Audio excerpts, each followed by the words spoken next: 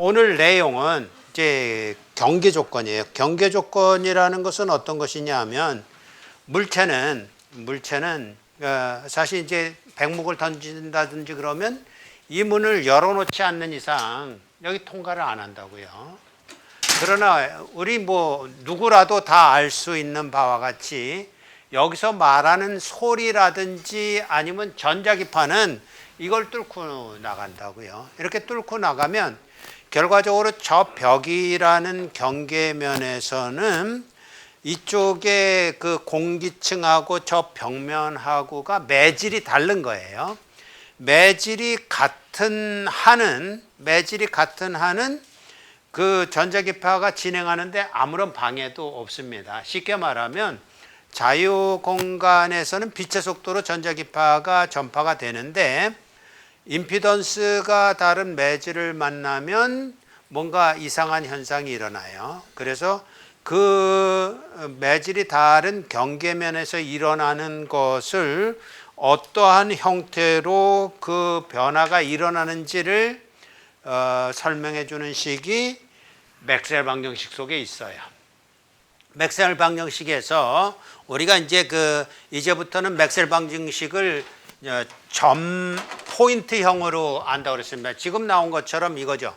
첫 번째 식으로서 표현된 것은 포인트형으로는 커브 자기장의 세기가 전류 밀도로부터 왔다라는 식이고, 그리고 이렇게 썼을 때 이거는 두 점을 가리키지는 않아요. 한 점만 가리킨다고. 한 점에서 어떤 일이 일어나는가. 그 점에서 전류 밀도가 있으면 발산이 일어난다. 아니, 회전이 일어난다예요. 그 점에서 전류라는 소스가 있으면 회전이라는 현상이 일어나서 그 주변을 말하자면 빛이라고 그러면 밝힌다. 그런 의미예요. 두 번째 식은 그런데 이 자기장의 세계에서는 발산이라는 것은 없다. 소스가 없기 때문에 없다. 이것도 이제 말하자면 한 점에서요. 그러니까 어느 한 점, 여기 그 벽이 있다 그러면 여기서든지 아니면 여기서든지 어느 한 점에서 일어나는 현상을 설명하는 방정식이라고 해요. 맥스웰 방정식이. 그런데 보다시피 이것의 적분형 그리고 이것의 적분형이 있는데 이 적분형이라는 것은 인테그레이션을 한다는 얘기니까 경로가 있다는 얘기잖아요. 경로가 있다는 얘기니까 한 점이 아니라 여러 점을 함께해요. 그래서 이것을 암페어 법칙으로 풀 때에는 암페리안 패곡선을 정하기도 하고 이랬단 말입니다. 이렇게 어떤 범위에 대해서 얘기할 때 우리는 이 방정식을 어디다 적용할 수가 있냐 하면 이 경계면이 있다면 여기하고 여기를 요 점하고를 같이 놓고 이렇게 볼 수가 있다고요. 이렇게. 그러면 첫 번째 식 같은 경우는 이거를 폐회로로 삼을 수 있잖아요. 그죠?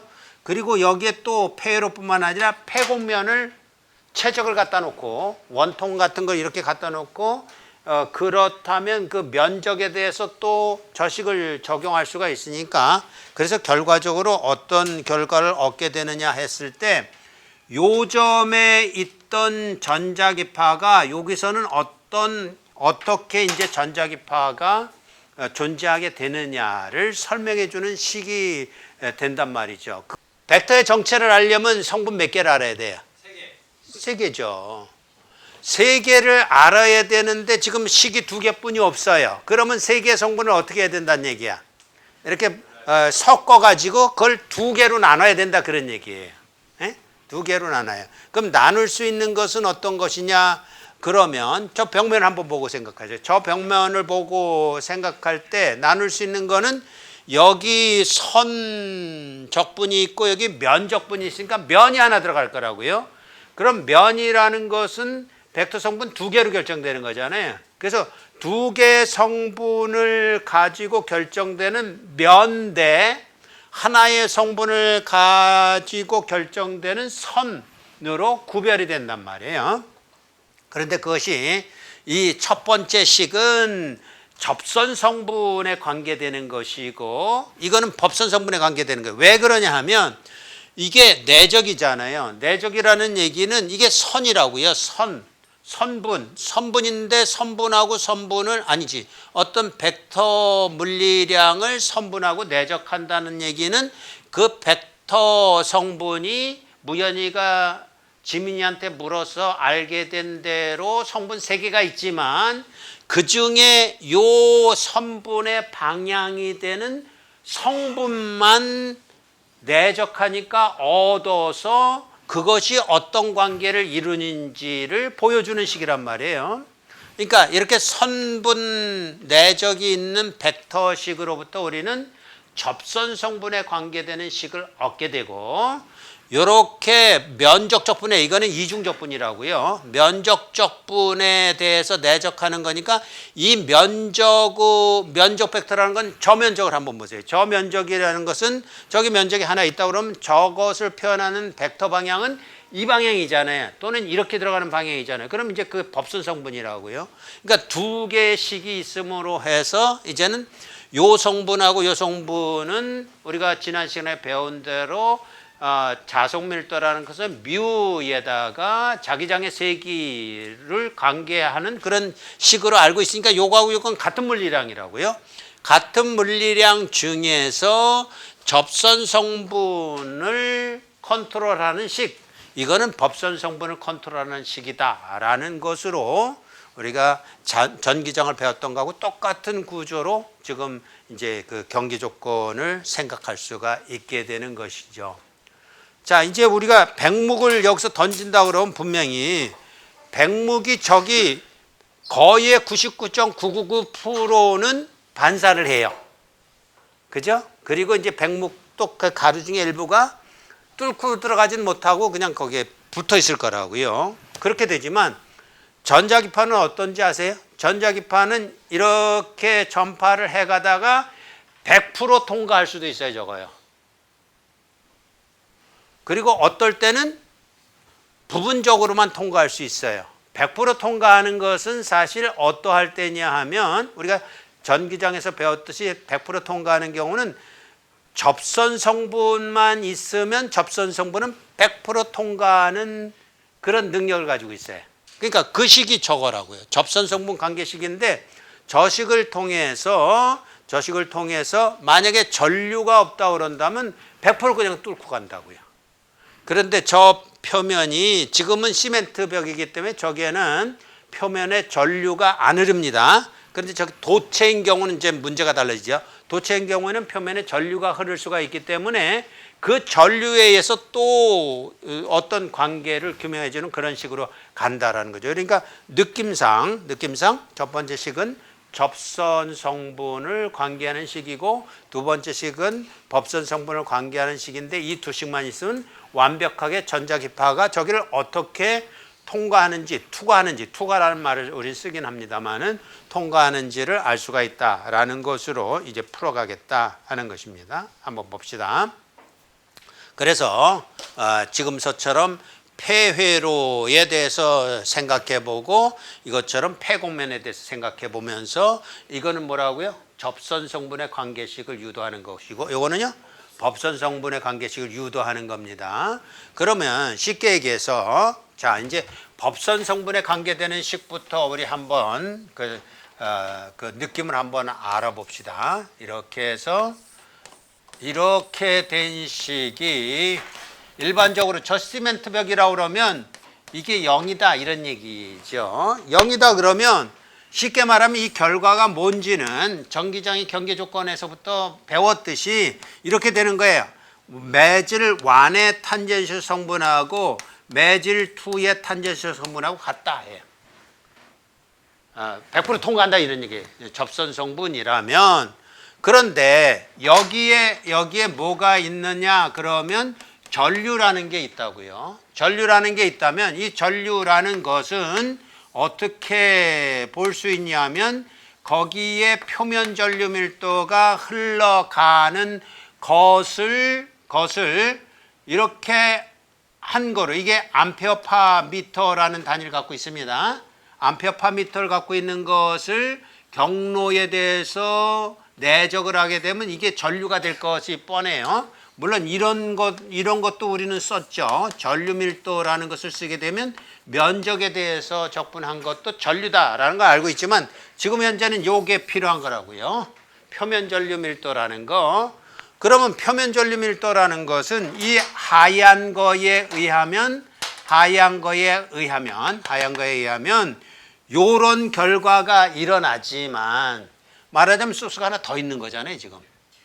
그러니까 이거는 이런 얘기예요. 저쪽에 뚫고 나간 전자기파라는 것은 이쪽 면에 있던 전자기파가 소스 역할을 해서 저쪽으로 100% 나간다, 뚫고 나간다, 통과한다, 투과한다 이렇게 보면 되는 거고, 그런데 여기에 소스가 하나 더 있어서 요것이 있더라, 요게 있더라 그러면 요것에 의해서는 그러면 어떻게 결정되느냐 할 때 이게 암페어 파미터입니다.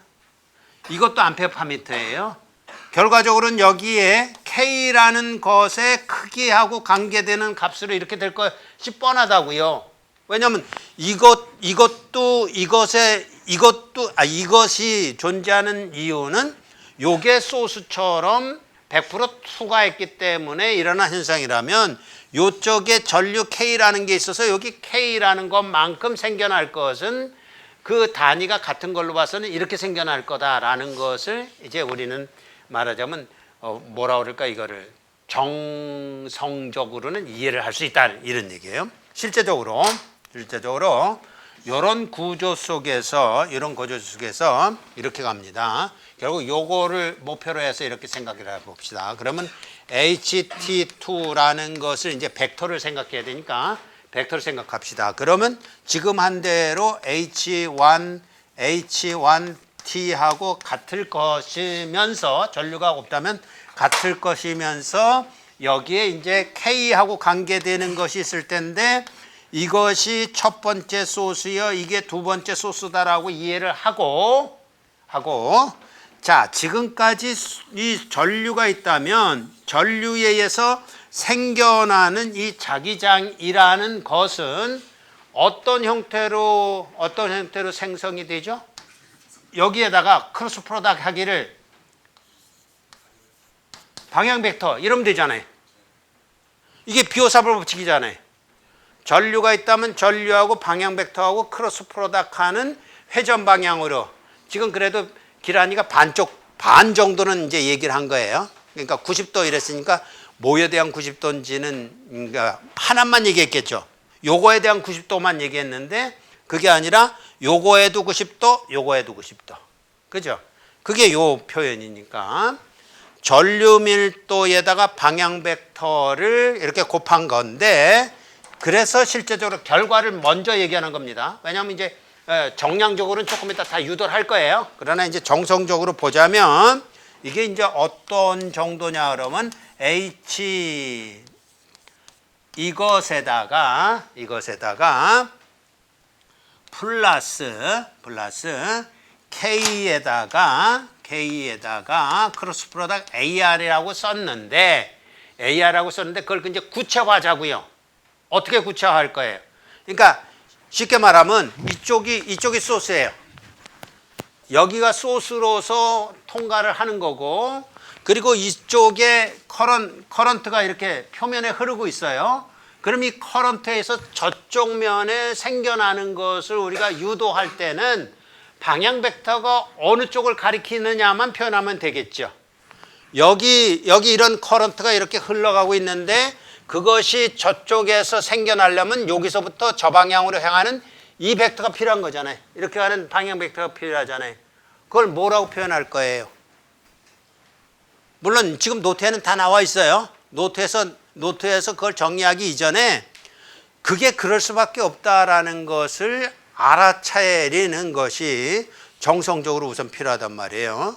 그래서 거기에는 이게 필요한 거라고요. A 노말이라고 하면, A 노말이라는 것은 저 벽면의 노말인 거예요. 근데 저 벽면의 노말인 게 이쪽 방향으로 벡터가 아니라 이쪽 방향으로 벡터잖아요. 그거 어떻게 표현할 거냐 그런 얘기예요. 그래서 그걸 1에서부터 2라고 표시한다 이런. 이렇단 말이에요. 이런 내용을 가지고 이제 유도를 할 것인데 잘 보세요. 하나를 해결했다면 이제 이렇게 한번 해결해 봅시다. 전자기파가 저쪽에서부터 날라오는 것일 수도 있죠. 그럼 그 탄젠시 성분은 이쪽으로 100% 그냥 통과하겠죠. 투과할 거라고요. 그런데 저쪽 표면하고 이쪽 표면하고에 있는 그 커런트 덴서티, 커런트라는 것은 이 표면에 흐르는 거기 때문에 여기 있다고 봐도 되지만 여기 있다고 봐도 되는 거예요. 표면에 흐르는 거니까. 그러면 어쨌든 K가 흐른다. 그러면 이것의 크로스 프로덕트 방향 벡터를 어떻게 정할 거예요? 뭐라고 할 거라고요? A 노멀. 그리고 나서 2, 1 이렇게 한단 말이에요. 명확하죠? 이게 이제 말하자면 이제 이거를 기억하는 방법이고 이해하는 방법이어야 되는데 대부분의 책은 어떻게 썼냐면 이거를 이렇게 썼어요. 이거를 어떻게 썼냐면 요걸 바꾸든지 이렇게 바꾸든지 해가지고 HT1은 HT2 해놓고 여기는 또 2, 1 이렇게 하는 바람에 이게 추론하기가 그렇게 쉬워 보이지는 않는 식으로 되어 있다고요. 그러니까 그것까지 생각해서 이제 가보자 그런 얘기입니다. 하나는 암페어 법칙에는 그 접선 성분을 구하는 식으로 이용하도록 하고 적어요. 그리고 가우스의 법칙으로는 법선 성분을 구하는 것으로 이용하도록 하자라는 작전을 세우고 가봅니다. 이제 법선 성분을 가지고 하니까 선분이에요. 선분을 따라가면서 암페리안 폐곡선을 만드는데 암페리안 폐곡선을 이렇게 만들어요. 그리고 이 두께는 무시할 만한 두께를 써요. 왜냐하면 매질은 다르지만 그 매질 달라진 것 차이만 있지 거기에는 높이, 이 두께라는 건 없다라고 해도 되니까 두께 있다라고 구해도 똑같아요. 근데 어쨌든 그 두께 없다라고 생각하면 이걸 따라가면서 이제 폐곡선을 하게 되면 이 방향을 탄젠셜 방향이라고 합시다. 그럼 이 방향 탄젠셜 방향이라고 하면 HT1 곱하기 델타 L 그리고 벡터는 이제 없어졌죠. 같은 방향이니까 그냥 스칼라 곱이 됐어요.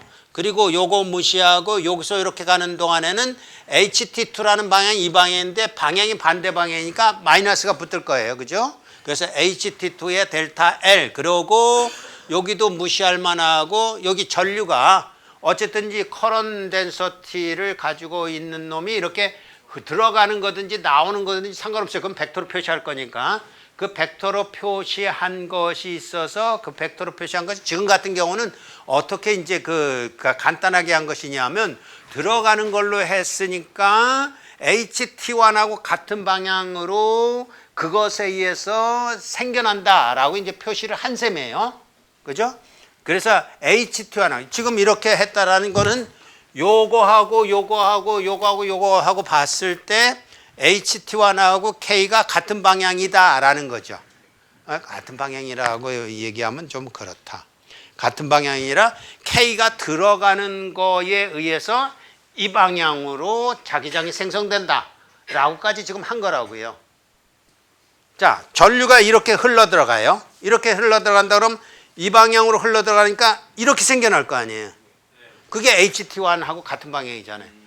그림을 그렇게 그렸다고. 근데 어차피 벡터로 갈 거예요, 나중에는. 그렇지만 이제 그 이해도를 돕기 위해서 그렇게 그렸고, 그래서 이거하고 요것에 의해서 생겨난 거는 같은 방향이다를 확인한 거, 그림으로 확인한 거고, 델타, 요것도 암페어파미터고, 요것도 암페어파미터니까 길이만큼 곱해주는 것인데, 그래서 요런 관계가 되더라, 이죠. 그러나 우리가 정작 원하는 것은 벡터적으로 해야 돼요. 그래서 정량적으로 가기 위해서 요걸 사용하게 되면 결과적으로 우리가 구했던 건 뭐냐면 이거란 말이에요. HT2라는 것은 HT1하고 결과적으로 이게 제로라고 그러면 같은 크기만큼 있겠다라는 것과 더불어서 K에 대해서는 K하고 같은 방향이 아니라 K에서 생성된 것이 요 방향 성분이 된다라는 거였으니까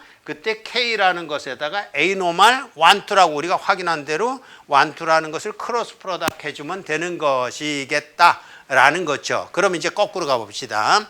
요거라고 한다면 여기서 HT1을 넘기게 되면 HT1 마이너스 HT2라는 것은 결국 요거 반대가 될 거 아니에요. 그죠? 반대라는 거니까 이렇게 바꿨어요. 그러니까 요거하고 요거는 마이너스잖아요. 그죠?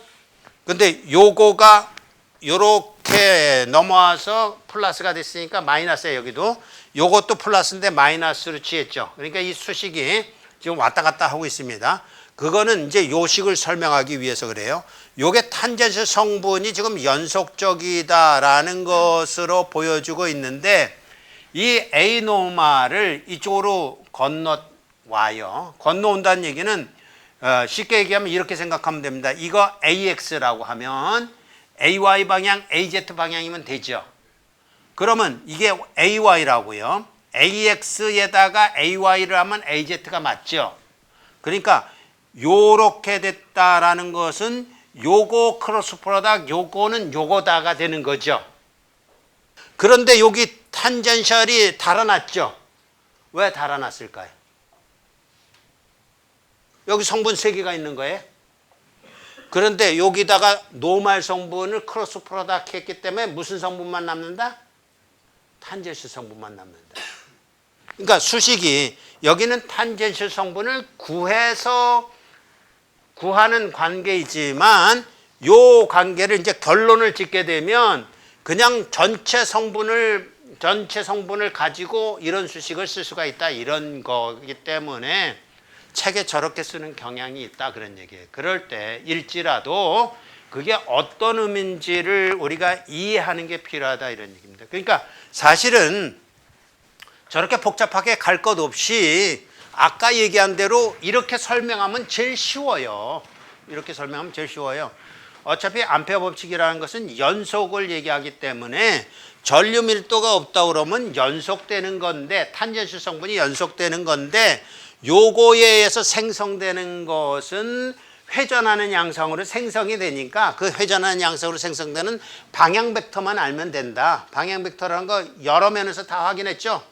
무한직선에서도 방향 벡터 크로스 프로덕트, 그 다음에 무한평면에서도 방향 벡터 크로스 프로덕트 그랬단 말이에요. 여기도 마찬가지라고요. 언제나 방향 벡터를 구해서 크로스 프로덕트를 해주면 자기장의 세기라는 것이 결정되니만큼 요 수식으로 또는 요 수식으로 이해를 하고, 그리고 책마다는 조금 이런 그 설명이 부족하니만큼 책을 볼 때마다 그게 이런 내용이구나라고 이해하는 것이 오히려 우리한테는 더 이익이란 말입니다.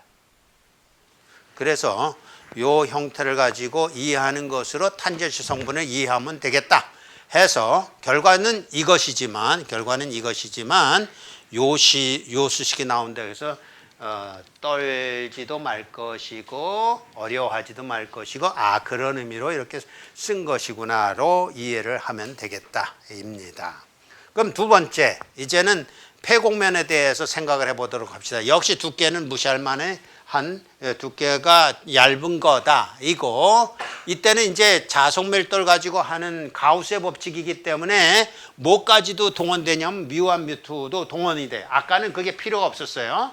이번엔 뮤1 뮤2가 동원이 돼서 폐곡면에 대해서 적용한다 그러면 BN2가 이 방향으로 노말 성분이라고 우리가 칭하고, 그리고 노말 성분과 노말 성분에 의해서 면적 벡터라는 것이 요 면적이라는 건 이렇게 표현하는 면적입니다. 그죠? 그럼 이 벡터랑 이 벡터랑은 마이너스 관계죠. 방향이 반대니까. 그래서 BN2에 대해서는 마이너스, 그리고 BN1에 대해서는 요 윗뚜껑의 벡터가 이 방향 벡터고 요 성분도 이렇게 표시한 거니까 플러스로 표시해서 이러니까 결과적으로 이렇게 된다. 노말 성분은 자속 밀도에 대해서 노말 성분은 아무런 조건 없어요. 거기에 커런트가 흐르든 말든 상관이 없어요. 무조건 노말 성분은 연속적이다라는 식을 얻게 된다. 그러나 그것을 투자율을 가지고 살펴보게 되면 투자율에 의해서 반비례하도록 그렇게 이제 투과 성분이 결정된다라는 것으로 갈 수 있다고요. 그러면 결과적으로는 HT2라는 것은 이렇게 가는 것이니만큼 요 HT2라는 건 HT1하고 연속적이든지 전류가 있다면 요렇게 된 것까지 포함하는 것이 요것에 해당될 게고, 요거라는 것은 그게 반비례한다고 그랬으니까 뮤2분의 뮤1이라는 것에 의해서 노말 성분이 저렇게 되겠다로 이제 결론을 내릴 수 있지만, 이건 그냥 정리를 한 것이지 이거대로 그냥 훅 풀 필요는 없는 거예요. 그냥 하나하나 따로 탄제치 성분 구하고 노말 성분 구하고 그러면 되겠다라는 것이지요. 어디서요? 방송국이 목동에도 있고 여의도에도 있고 뭐 이렇잖아요. 일산에도 있고. 거기서부터 여기까지 오는 동안 매질을 몇 개나 다른 매질을 통과해 왔을까요? 수천 개, 수만 개 거쳐서 왔겠죠. 거기에 이식이 다 적용이 돼서 오는 것이고, 그거를 우리 같은 엔지니어는 다 계산을 할 수 있답니다. 그래서 얼마가 거기서 출발을 했는데 여기에 도착한 건 얼마다를 다 계산할 수 있는 거예요. 물론 이제 컴퓨터가 있어야 되겠죠. 손으로 하긴 그러니까. 그렇게 계산하는 것으로서 하나도 예외 없이 이 법칙에 의해서 접선 성분과 법선 성분을 결정하는 이식에 의해서 결정이 된다라는 겁니다. 그러니까 이식에서 여기 이제 이식을 이렇게 써놓고 제일 뭐라 그럴까요? 그러니까 이렇게 써놓고 이해할 때 뭐 노말 성분은 자석 밀도에 대해서 연속적이기 때문에 투자율에 반비례한다 이렇게 가면 되는 것이고, 그죠? 투자율에 반비례한다 그렇게 가면 되는 것이고, 접선 성분은 요 접선 성분이라는 것은 전류 밀도가 있다면 비호사벌 법칙이든지 우리가 살펴봤던 대로 전류에 의해서 회전하는 양상으로 생성되는 영향까지 고려하면 되기 때문에 그런 성분을 추적하는 성분으로 있다니까 요걸 보면서도 우리가 충분히 이해할 수 있게 되는 거죠. 뭐 전기장도 마찬가지였었는데 전기장보다는 조금 하나가 더 있는 거예요. 전기장은 도체 같은 경우에는 전류가 있다 하지만 도체 같은 경우에는 또 뭐였었습니까? 그때는 이렇게 복잡하게 안 갔죠. 여기에 이제 전하가 있다 그러면 여기 어땠었어요? 이 전하가 있는 것은 도체인 경우를 따로 떼어서, 도체인 경우는 내부에는 전자기파가 전파해 가지 않으니까 전자기파가 내부에서는 제로고 이렇게 갔다고요. 근데 여기는 이제 두 가지의 소스가 있는 것처럼 이제 설명하니까 조금 한 단계가 더 있어 보이지만 사실 뭐 도끼인 객끼이다 이렇게 이해할 수 있는 것입니다. 두 번째 주제, 오늘 배우려고 하는 두 번째 주제는 결국은 이제 자기 에너지라는 것이 결국은 자기력, 힘이 있으니까 에너지가 존재한다는 얘기인데 그 에너지는 얼마나 될까 하는 거예요. 그런데 이것은 우리는 전기 에너지는 유도를 했습니다만은 자기 에너지는 유도는 안 해요. 그러니까 전기 에너지를 우리는 어떻게 썼냐면 이렇게 썼다고요. 전기 에너지 해서 전기장이 있는 곳에는 에너지가 보존되어 있다, 존재한다 였는데 그때 이런 식을 썼거든요. 전속 밀도와 전기장의 세기를 최적적분한 것으로 전기 에너지는 결정된다 였어요. 이게 주울이었습니다. 주울이라는 전기 에너지가 존재한다. 이거하고 듀얼리티에 의해서 자기 에너지라는 것은 2분의 1, 요것의 듀얼리티는 보통 자석 밀도든지 아니면 자기장의 세기든지 그렇게 말합니다. 자기장의 세기라고 합시다. 자기장의 세기와 자석 밀도의 내적을 최적적분한 것이다. 이렇게 그냥 결론 내린다고요. 새롭게 뭐 유도할 필요도 없고 이래요. 왜 그러냐 하면 우리 뭐예요?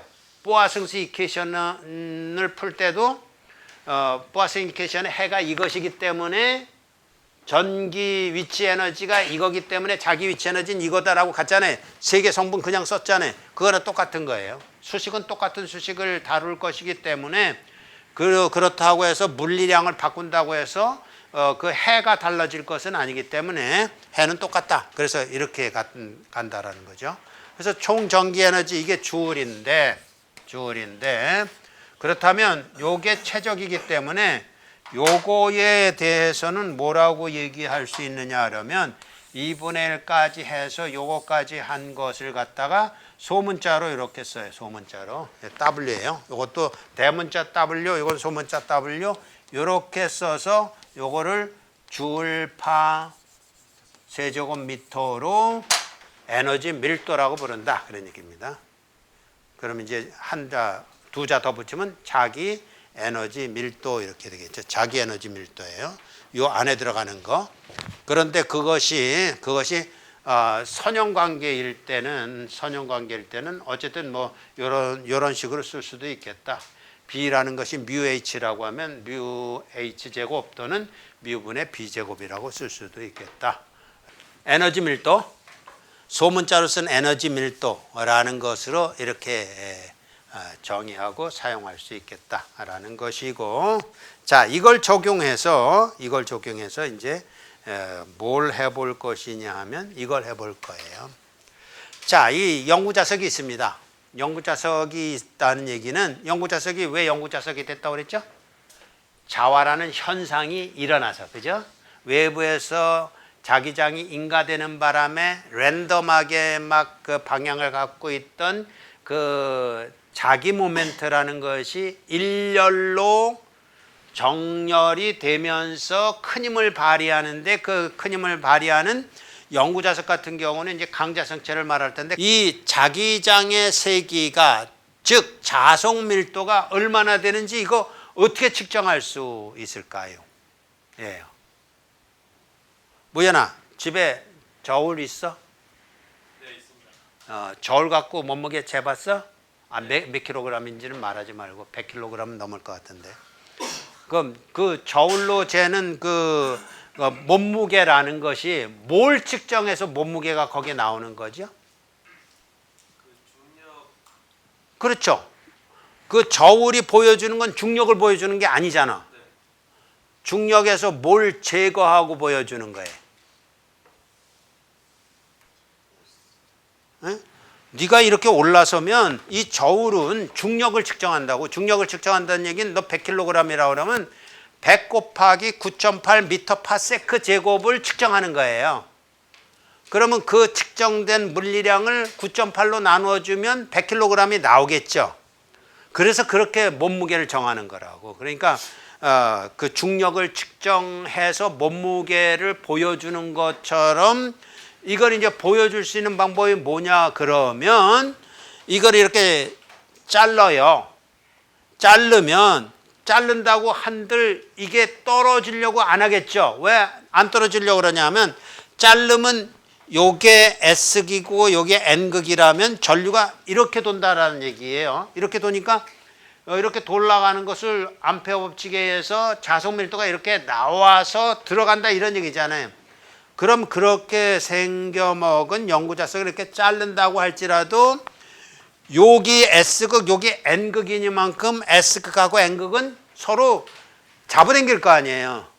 인력이 작용할 거 아니에요. 안 떨어지려고 한다고요. 안 떨어진다는 건 뭘 뜻하냐면 거기 힘이 존재한다 그런 얘기입니다. 그럼 힘을, 아까 중력이라는 게 힘이었죠. 그럼 중력을 측정할 수 있듯이 여기도 힘을 측정할 수만 있다면 이 자속 밀도가 얼마인지 결정할 수 있겠죠. 그렇게 가는 거예요. 그러니까 저울을 생각하라고. 저울에서 중력이라는 힘을 측정해서 그래서 몸무게를 결정하듯이 여기도 힘의 관계식으로부터 자속 밀도를 어떻게 얻어낼 것인가를 한번 해보려고 하는 것입니다. 이런 걸 일종의 이제 이런 걸 가리켜서 우리는 사고 실험이라고 그래요. 머릿속으로 그냥 생각하는 것뿐이에요. 실제적으로 해보는 게 아니라. 자, 그럼 한번 해봅시다. 이렇게 잘랐어요. 그러면 어쨌든지 힘을 가해서, 내가 힘을 가해갖고 이렇게 잡아당겨요. 힘을 약하게 가하면 안 떨어지려고 그럴 테고, 힘을 조금 더 강하게 가하면 조금 떨어질 테고, 힘을 좀 더 강하게 하면 더 떨어질 때고 그럴 거예요. 그러면 내가 뭘 거기다 제공한 거예요? 힘을 제공했다고요? 힘이 뭐를 뜻해요? 에너지를 제공한 거죠. 에너지를 거기다가 부은 거예요. 그러면 그 에너지가 어디에 저장된 거냐면 여기에, 나머지의 에너지는 그대로 있으니까 거기에 더 저장된 거란 말이에요. 그걸 이제 수식으로 보자 그런 얘기죠. 그러니까 우리는 결국 벡터식을 이용해서 이런 거를 정량적으로 이제 구하는 거란 말입니다. 한번 봅시다. 그래서 공극이 생겼어요. 힘을 약하게 가하면 공극이 안 생길 테고 그냥 붙어 있을 테고, 공극이 생겼다는 것은 에너지를 거기다가 내가 불어 넣었다 그런 얘기입니다. 그래서 에너지가 얼마만큼 생겼냐면 힘이라는 것에 DL만큼 이렇게 움직였다 그런 얘기니까 FDL이라는 에너지가 거기에 저장된 거예요. 그런데 그것이 그 공극에 존재하는 자속 밀도에 의하면 아까 말한 대로 2분의 1에다가 거기는 공극이니까 뮤제로일 테고, 그죠? 뮤제로분의 B의 제곱일 테고, 그리고 최적이 얼마냐 그러면 단면적을 S라고 그런다면 단면적에다가 DL만큼 공극이 떨어졌다 그랬으니까 이게 최적이잖아요. 그러니까 최적인데 아까는 인테그레이션 3중적분이었지만 지금 같은 경우는 균일한 자속 밀도라고 가정하면 최적을 곱하면 될 거잖아요. 그러면 우리는 이걸 구할 수 있다고요. 이걸 구하는 식이라고 보였지만 거꾸로 B라는 것을 힘으로 표현할 수가 있게 되죠. 그죠? 힘을 얼마로 줬는지는 우리가 힘을 줄 때는 모르지만 기계 갖고 하면 얼마를 줬는지 알잖아요. 그러면 자속 밀도가 결정이 되겠죠. 그렇죠? 그러므로 해서 이게 정말로 강자성체구나, 아주 센 놈이구나 하는 것을 저런 방법을 통해서 우리가 구할 수 있다라는 것이지요. 자, 이런 것이 이제 자기 에너지에 관계되는 식으로서 우리가 이해할 수 있겠다 하는 것입니다. 문제를 몇 개 좀 살펴봅니다. 투자율이 각각 뮤1이 있고 뮤1, 뮤2가 있고 두 자성체가, 이쪽은 Z 이퀄 0보다 큰 구간이고 저쪽은 이제 Z 이퀄 0보다 작은 구간이라고 한다면 그 두 자성체가 이번에 이제 매질을 공기하고 저 콘크리트가 아니라 그냥 자성체라고 봤어요. 두 자성체가 XY 평면이니까 이제 Z축으로만 이 법선 성분이 있는 거죠. Z축으로 법선 성분인 그런 경계하고 있을 때, 그럴 때 자기장의 세기가 이쪽에 완에는 요런 이제 자기장이 형성돼 있고, 그렇다면 이게 전자기파일 거란 말입니다. 전자기파가 여기 존재해요. 존재하는 놈이 이걸 뚫고 가는 놈도 있을 거라고요. 저 중에 탄젠수 성분은 어떻게 된다고요? 100% 투과할 거고, 노말 성분에 대해서는 자속 밀도로 환산했을 때 그 투자율에 반비례하게끔 투과를 할 거고 이럴 거란 말이에요. 자, 그러면 이거 보면서 이렇게 됐을 때 법선 성분부터 우리가 구해봅시다. 법선 성분이 뭐예요? 면적이 Z 이퀄 제로라는 평면이기 때문에 Z 성분이 법선 성분이죠. 그죠? 그래서 법선 성분은 요게 법선 성분이란 말이에요. 그러면 요거 접선 성분이죠. 요건 어떻게 된다는 얘기예요? 그대로 저쪽으로 투과된다 이래요. 그래서 저쪽에 H2라는 것은 요건 그대로 100% 통과하고 요것만 4Ag라는 것이 이쪽에 있었는데 투자율에 반비례해서 저쪽으로 투과한다고 그랬으니까 투자율에 반비례한다. 이쪽은 2.1 마이크로 헬리파미터고 저쪽은 4.2 마이크로 헬리파미터니까 이게 반비례한다고 그랬으니까 저쪽에 가면 2 이렇게 되겠지. 그래서 2 곱하기 4.2 이퀄 4 곱하기 2.1 되는 그런 형태로 자속 밀도에 대해서 법선 성분이 100% 연속적이다 그런 의미예요. 법선 성분 벡터 얼마라고요? 라고 하면 그 면적에 대해서 Z 이퀄 제로 평면의 법선인 성분을 먼저 구해내고 그것에 의해서 4Ag가 법선 성분이다. 이렇게 가는 것부터 출발해서 이렇게 가고 뭐 탄질 성분 연속적이고 나머지는 접선 성분이 될 수밖에 없죠. 두 개는 무조건 법선 성분을 제한 성분은 다 법선 성분이에요. 그래서 이렇게 가는 것이다 라는 거죠. 자, 요거를 이제 넘어가기 전에 우리 그래도 좀 역전의 용사답게 법선 성분 구하는 거를 한번 해보려고 합니다. 법선 성분이 Z 이퀄 제로 평면에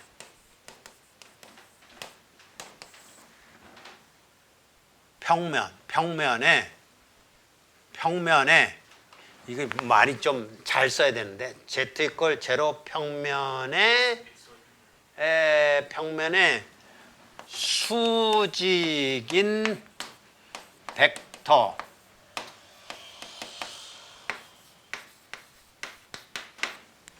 단위 벡터. 그럼 이게 사실은 법선 성분인 거예요. 그죠? 이거 어떻게 구하냐고요? Z 이퀄 제로 평면의 수직인 벡터. 어떻게 구하냐고요? 그냥 느낌상 Z 성분 이러잖아요. 근데 이렇게 가는 거예요. Z 이퀄 제로 평면이라는 것은 이제 이렇게 가죠. F, X, Y, Z라는 평면의 방정식이 있어요. 평면의 방정식이 있는데 Z-C 이게 상수예요. 이런 평면의 방정식이 있다라는 거예요. 실제적으로 좀 C는 0이에요. 그죠? Z 이퀄 제로니까. 그럼 이 평면의 방정식이 있다라는 것을 했을 때 이 평면의 방정식에 대하여서 이 값이 지금 말하자면 스칼라 값이죠. 스칼라 값이잖아. 스칼라를 벡터로 만드는 방법 알아요? 그레디언을 구해서 마이너스 붙인 걸 전기장의 세기라고 그러잖아. 스칼라의 벡터 성분, 스칼라에 관계된 벡터 성분인 거죠. 스칼라에 관계된 벡터 성분은 그레디언을 가지고 만드는 거예요. 그레디언 말고는 다른 방법 없어요. 그레디언 갖고 만드는 거예요. 이거 딱 하나 있다고, 이 방법이 있다고요. 그럼 똑같이 이제 적용을 하자고요. 그러면 이 라플라시안 F라는 것을 구할 수 있겠죠. 그럼 이게 뭐냐 그러면 실제적으로 요 평면의 수직인 벡터가 돼요. 왜냐하면 잘 보세요. 다시 설명합니다.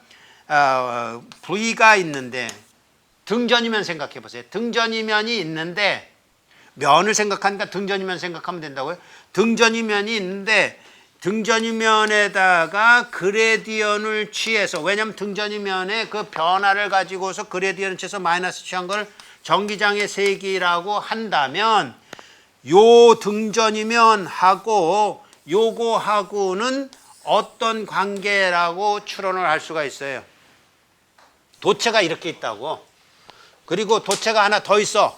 그러면 여기에 플러스 전하가 이렇게 있다고 우리는 추론할 수가 있고, 이것 때문에 이렇게 전기장의 세기 전속 밀도가 존재하고 있다는 걸 알잖아요. 됐어요? 그럼 이 면적이랑 요 면적이랑 요 전기장의 세기랑은 어떤 관계냐고. 법선 성분만 있잖아. 수직 벡터만 있잖아. 그걸 말하는 거예요. 그러니까 이게 평면의 방정식인데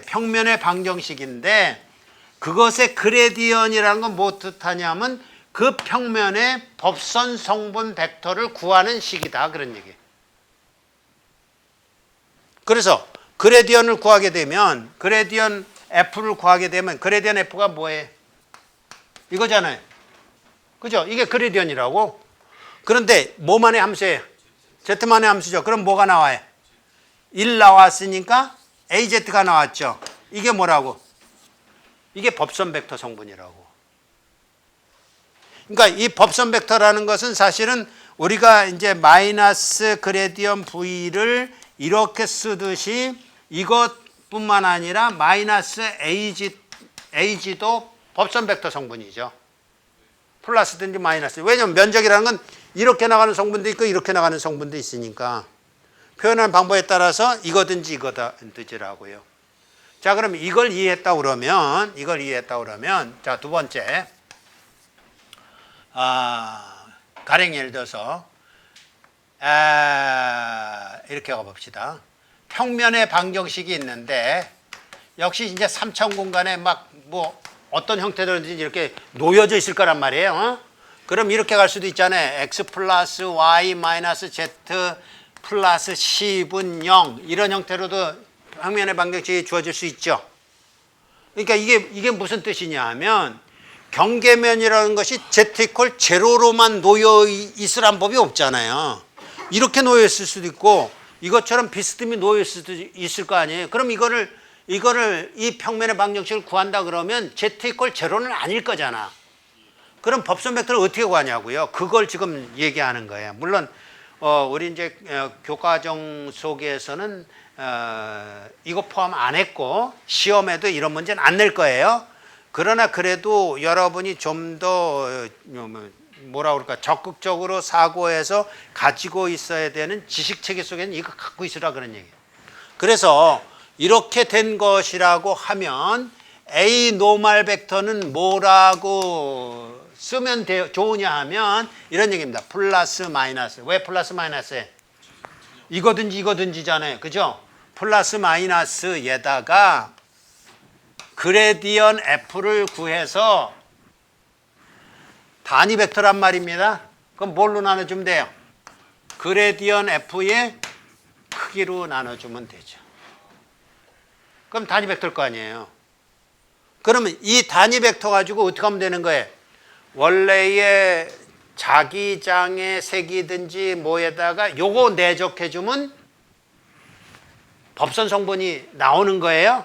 법선 성분이 나오면 그거에다가 요 벡터를 곱해주면 그게 법선 성분 벡터예요. 그걸 전체에서 빼주면 접선 성분만 남을 거예요. 근데 그때는 뭐 AZ 성분만 법선 벡터가 되는 거고 X 성분, Y 성분만 접선 벡터가 되고 그런 게 아니라고. X 성분, Y 성분, Z 성분의 그 조합이 일어나서 그 중에 어떤 놈은 법선 벡터, 어떤 성분은 접선 벡터 이런다고요. 자, 이제 기회가 됐으니까 뭐 집에 일찍 가야 뭐 별일 없죠. 이런 거 한번 해봅시다. 그러면 실제적으로 이그젬플 한번 해봅시다. Z 이퀄 그냥 간단한 걸 합시다. X 플러스 Y는 5인 평면에 지금과 같은 경우, 자, 문제를 다시 한번 볼게요. 지금과 같은 문제에서 자기장의 세기가 OAX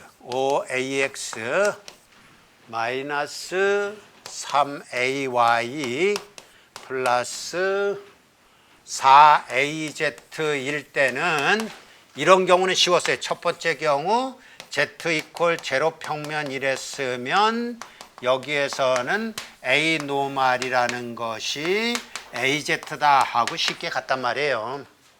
근데 이 경우는 달라진다 이런 얘기를 하는 겁니다. 달라지기를 어떻게 달라지느냐 하면 이렇게 달라지는 겁니다. 자, 여기서부터 이렇게 갑시다. 요거는 이제 그냥 이런 쉬운 경우도 있다. 우린 쉬운 경우만 다룬다지만 실제적으로는 이렇게 된다 그러면 여기서부터 가야 되겠죠. 노멀 성분을 이렇게 가야 되는 겁니다. A 노멀이라는 것은 적어보면서 그레디언을 구해요. 그레디언 구하는 건 그냥 암산으로 할 수 있겠죠. 네? 그레디언 구하면 X에 대해서 미분하면 1, 그러면 AX, Y에 대해서 미분하면 1, AY, Z에 대해서 미분하면 0. 그러면 이것인데 A 노멀이니까 이거 나누기 루트 2 이러면 될 거 하잖아요. 이건 너무 쉬웠다 이거지. 오케이. 여러분이 원하는 대로 이렇게 합시다. 그럼 이렇게요. 이렇게 하면 여기 얼마야? 루트 5 이럴 거라고요. 그러면 루트 5다 이러면 이 중에 분명히 H1 노멀이라는 것이 존재하는데 H1 노멀이라는 것은 H1이라는 벡터에다가 HN을 내적하고 거기에 A 노멀 벡터 성분을 이렇게 해주면, 왜냐면 이건 크기만 말하니까. 그죠? 크기만 말하고 이건 방향을 말하니까 벡터로 구하려면 이렇게 표현해야 된다고요. 그러면 이렇게 했다 그러면 이것하고 내적하게 되면 AX에 대해서 5가 나왔고 루트 5분에요. 루트 5분에 5 요거하고 이거 Y겠죠. 이거하고 내적하는 것뿐이 없을 거예요. 요거하고 내적하는 게 5. 요거하고 요거 내적하는 게 마이너스 6 해서 마이너스 1. 그래서 여기는 뭐가 된다고요? 마이너스 루트 5분의 1이라는 크기를 갖고 있는 것에다가 A 노멀을 해주기 때문에 A 노멀을 그냥 씁시다. A 노멀을 쓰게 되면 이 경우는 루트 5분의 AX 플러스 2AY이기 때문에 결과적으로는 요거하고 캔슬이 돼서 마이너스 AX 마이너스 2AY가 노멀 방향이라 이런 얘기가 된 거예요. 노멀 성분이다 이렇게 된다니까요. 이게 일반적인 거라고요. 일반적인 거 어려워하지 말고 등전이면이라고 생각해서 그것의 그레디언을 구하면 노멀 성분 구하는데 아무 문제 없다. 그죠? 실제적으로 다시 한번 확인 들어갑니다. 이거 A 노멀을 마이너스로 하게 되면 어떻게 될 것 같아요? 마이너스 하게 되면 그 마이너스에 의해서 이게 플러스가 되겠죠. 그리고 여기가 또 마이너스가 되겠죠. 똑같아지죠. 그러니까 노멀 성분을 구하는 거는 이 노멀 벡터를 가지고 구하든지 이 노멀 벡터를 가지고 구하든지 똑같아지는 거예요. 그러니까 그건 전혀 상관이 없으니까 그런 거는 걱정하지 말고. 그러니까 여러분에게 권하는 건 이겁니다. 이거 안 배웠다 이런 말하면 난 섭섭한 거야. 이거 언제 배웠다고? 그레디언을 배울 때 이미 배운 거야. 등전이면이 있다면 등전이면에서 그레디언을 구한다는 얘기는 노멀 성분을 구한다라는 얘기였으니까 어떠한 평면이든지 간에 노멀 성분을 구하는 방법이 이미 알고 있어야 되는 거예요. 누구라도. 자, 그걸 말하는 겁니다. 자, 이게 첫 번째 문제였다면 두 번째 문제, 이거는 이제 조금 달라졌죠. 왜냐하면 똑같은 이번엔 자속 밀도로 주어졌어요. 아까는 자기장의 세기로 주어는 자속 밀도로 주어졌는데 이번에는 전류 밀도가 있어요. 전류 밀도가 있다고 그런다면 이제 뭐만 알면 좋으냐면 그것만 이제 얘기를 할게요. 전부 다 구하는 거는 여러분이 구해 보도록 하고, 왜냐하면 이거는 이제 기말 시험하고 뭐 아주 직접적으로 관련이기 때문에 여러분이 안 풀어본다 그건 여러분의 손해인 셈이에요. 자, 해서 그러니까 어떻게 생겨 먹었냐면 이것도 Z 이퀄 제로 평면이에요. Z 이퀄 제로 평면이라 그러면 이것을 이번에는 B1이라고 합시다. B1에다가 B2라고 하고 B1의 매질이 4.1 뮤1, 이 매질이 뮤2라고 하고, 그랬을 때 요 A 노멀이라는 것을 그냥 AZ라고 하고, 마이너스 AZ로 해도 똑같다고 그랬습니다. AZ라고 하고, 그러면 B1에서 B노멀1은 저것만이다. 4AZ라고 하고, 그런데 요거 쓸 때 조심하세요. 이렇게 쓰는 순간 이미 틀렸어요. 왜죠? 요거 단위를 생각을 해야 된다고. 저기 뭐라고 했어? 밀리라고 했죠? 그럼 여기다가 이렇게 쓰라고요. 이렇게 쓰라고요. 이거 끌고 다니라고. 에? 잊어버리고. 어느 순간 여러분 잊어버려. 100% 잊어버려. 그러니까 밀리면 요거 이렇게 쓰고, 그렇다면 결과적으로 B 탄젠트 1이라는 것은 그것만 빼놓고 5AX-3AY에 곱하기 10에 마이너스 3승이라는 것이 있는데, 그렇다면 이제 BHT1이라는 것은 5 곱하기 ax 마이너스 3 ay에 그리고 곱하기 10의 마이너스 3승이 있는데 여기에 이제 곱하기를 뮤1을 해주는 거라고요. 근데 뮤1 뮤2는 마지막 순간에 처리하는 게 좋아요. 뮤1 뮤2는 어차피 뮤1 뮤2에 비례하는 걸로 나타날 테니까. 그럼 이것이라고 하면 결과적으로 이제 우리가 구하려고 하는 건 HT2라고요. HT2라는 것은 이게 있다면 HT1하고 접선 성분이기 때문에 연속적이에요. 네. 그런데 소스가 하나 더 있죠. 그 소스가 얼마라고 그랬냐면 500 단위가 뭐예요? 그냥 암페어니까 500AY라고 쓰고 이거를 이제 생각하는 거라고. 이렇게 했을 때 이게 1, 2라고 해요. 1에서부터 2로 향하는 노멀 벡터예요. 그죠? 그럼 여기에는 이쪽을 1을 소스로 봤기 때문에 이것도 소스라고 보는 상황 속에서는 A 노멀 소스 쪽을 먼저 쓰고 결과를 그 다음에 쓰는 것으로 해서 저걸 확인하고 그래서 이게 AZ가 되는구나. 그럼 이게 AZ라고 하면 AY하고 크로스 프로덕트 했으니까 AX라는 성분이 더 생겨나겠구나. 이렇게 가야 된단 말이에요. 그러니까 이 경계 조건에 의해서 접선 성분이 연속적이고 물론 커런트에 의해서 그 연속되는 것이 더 설명을 해야 하는 자세히 설명을 해야 하는 부분이 있긴 하지만 접선 성분이 연속적이고 자속 밀도에 대해서는 법선 성분이 연속적이다라는 이거 가지고 모든 전자기파가 운영이 된다, 존재한다. 그렇게 이해를 하고 그게 사실은 더 중요하죠. 뭐 이렇게 정량적으로 푸는 것보다는 더 중요하지만 그래도 우리만큼은 이제 우리 정자기학을 배우는 입장에서는 이걸 정량적으로 풀 수 있는 그런 것이 돼야 되니까. 자, 오늘 다룬 내용 중에서 혹시 질문 있으면 질문하세요.